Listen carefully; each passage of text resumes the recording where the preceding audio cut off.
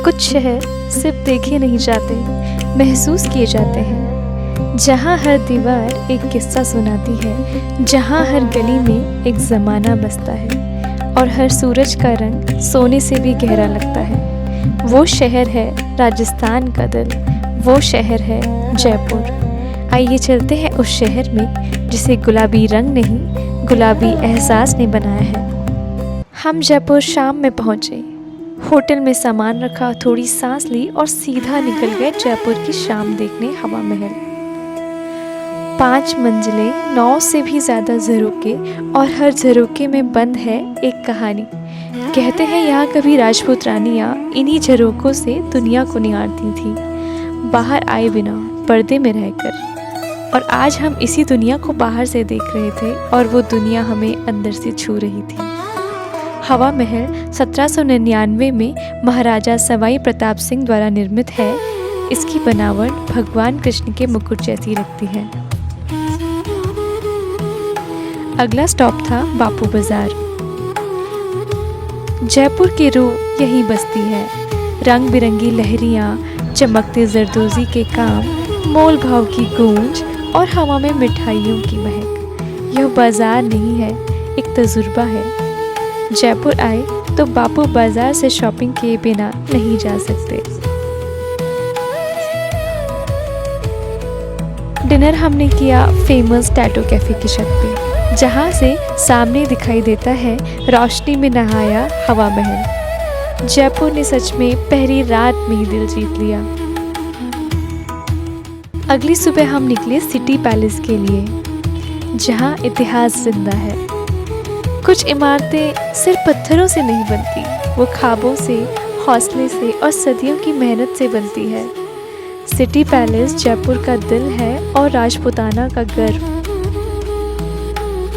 यहाँ हर एक दरवाज़ा एक युग को छूता है, हर नक्काशी एक मौसम, एक दास्तां, एक कहानी सुनाती है। 1727 में महाराजा सवाई सिंह द्वितीय ने इस शहर की नींव रखी और इसी महल को बनाया अपने राज का केंद्र। मुगल, राजपूत और यूरोपीय स्थापत्य का एक ऐसा संगम जो दुनिया में कहीं और देखने को नहीं मिलता है। सिटी पैलेस परिसर में मुबारक महल, चंद्र महल, दीवाने खास, दीवाने आम और एक समृद्ध संग्रहालय भी है। यहाँ दुनिया के सबसे बड़े चांदी के घड़े रखे हैं, जो कि गिनीज वर्ल्ड रिकॉर्ड में भी दर्ज हैं। इस महल की हर दीवार में एक राजा की आंखों का सपना है, एक रानी की चाहत है और एक सिपाही की वफादारी है। अगली सुबह हम पहुंचे आमेर के किले पर। अरावली की पहाड़ियों पर खड़ा यह किला, कहते हैं यहाँ के शीश महल में एक दीपक जला हो तो लगता है पूरा आसमान सितारों से भर गया हो।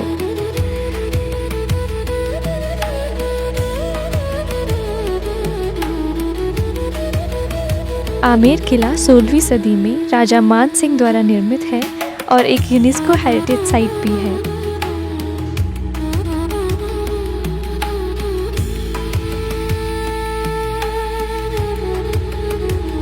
ऊपर देखो ये पेंटिंग दिख रहा है, ये पेंटिंग ऐसे नॉर्मल दिख रहा है। इस पेंटिंग को इसी के सामने देखोगे पूरा गोल्ड शाइनिंग मारेगा, रियल गोल्ड 24 जो सोना होता है ना गोल्ड, उसका बना हुआ पेंटिंग है। यहाँ से पूरा शाइन मारा है जैसे ये आ गया मानसिंह पैलेस।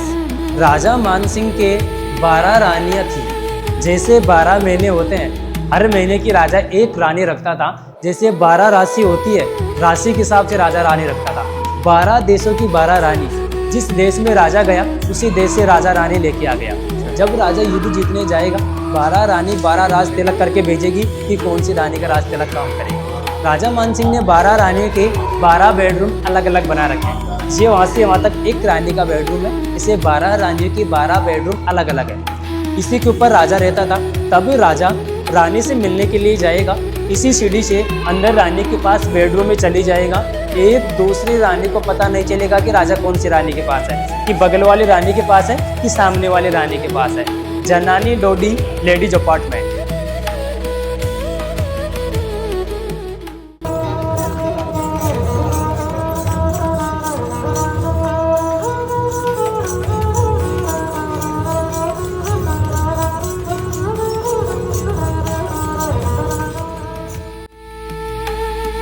आमेर के किले से वापस आते हुए रास्ते में आता है एक ठहराव, और वो ठहराव था जल महल। मानसागर झील के बीचों बीच जैसे पानी में कोई ख्वाब तैर रहा हो। एक 5 मंजिला महल जिसकी 4 मंजिलें पानी में डूबी हैं। ये महल 18वीं सदी में महाराजा जय सिंह द्वितीय द्वारा निर्मित है और अब बर्ड सेंचुरी भी है। दोपहर में हम गए मनिहारों के रास्ते पे। ये कोई मामूली गली नहीं है, ये है कला का बाजार। यहाँ बनती है रंग बिरंगी अनोखी लाख की चूड़ियाँ।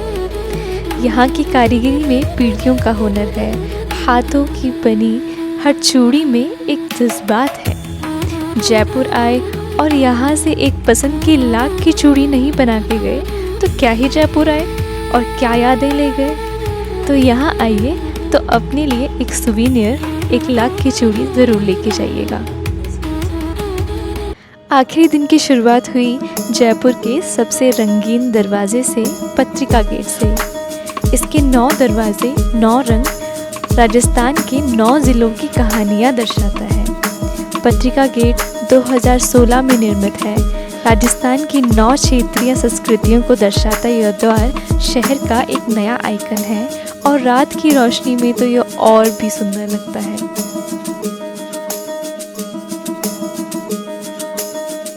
पत्रिका गेट के रास्ते में है जवाहर सर्किट गेट, एशिया के सबसे बड़े सर्कुलर पार्क का गेट।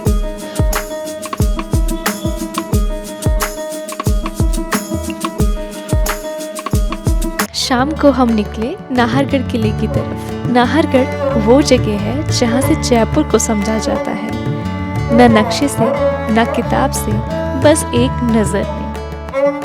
नाहरगढ़ किला 1734 में महाराजा सवाई सिंह द्वारा निर्मित है और यहाँ से आमेर किला, जयगढ़ और पूरे जयपुर का पैनोरामिक व्यू आता है।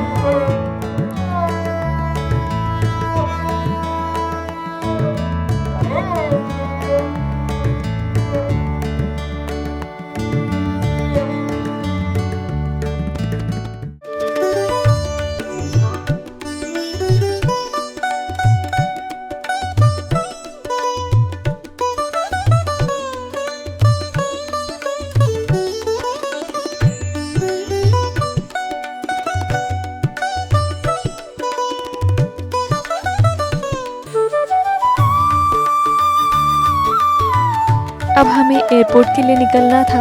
एयरपोर्ट के रास्ते में जाते हुए फिर से हमें दिखाई दिया रात में जगमगाता पत्रिका गेट। रुकने का मन तो था, पर कुछ चीज़ें अगली बार के लिए भी रख लेनी चाहिए। जयपुर ने सच में हमें महसूस कराया कि किसी ज़माने में राजा होना कितना खूबसूरत रहा होगा। शुक्रिया गुलाबी शहर, अगली बार ज़रूर आएंगे, क्योंकि जयपुर एक बार नहीं, बार बार आने वाली जगह है।